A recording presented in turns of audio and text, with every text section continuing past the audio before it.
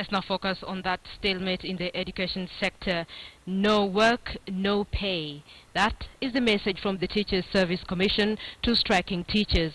TSC says it is in the process of preparing the September payroll, and teachers will only be paid for the days they have been at work.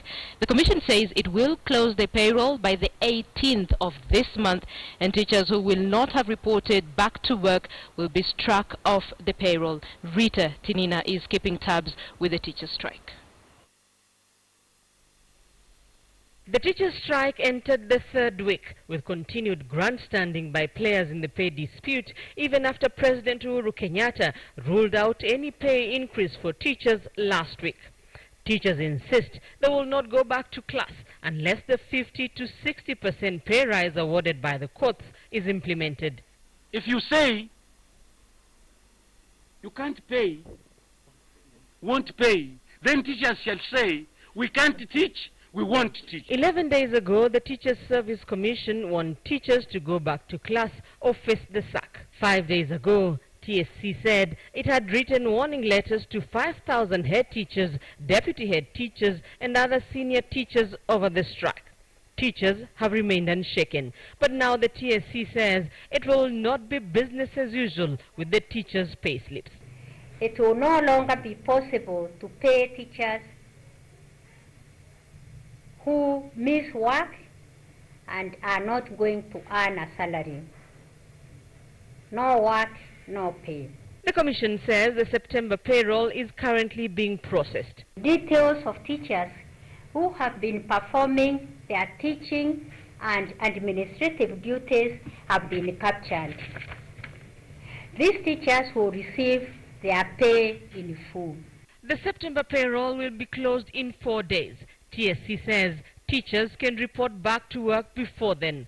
Such teachers will miss out on pay for the days they were on strike, but will not be struck off the payroll. Teachers who will not have hindered this call by 18th September 2015 will be removed from the payroll. Consequently, their salaries will be stopped and their names struck out of the TSC payroll.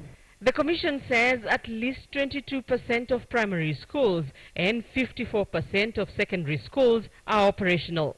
TSC is ruling out any pay rise for teachers, saying it was allocated 174 billion shillings in the 2015-2016 financial year for teachers' salaries.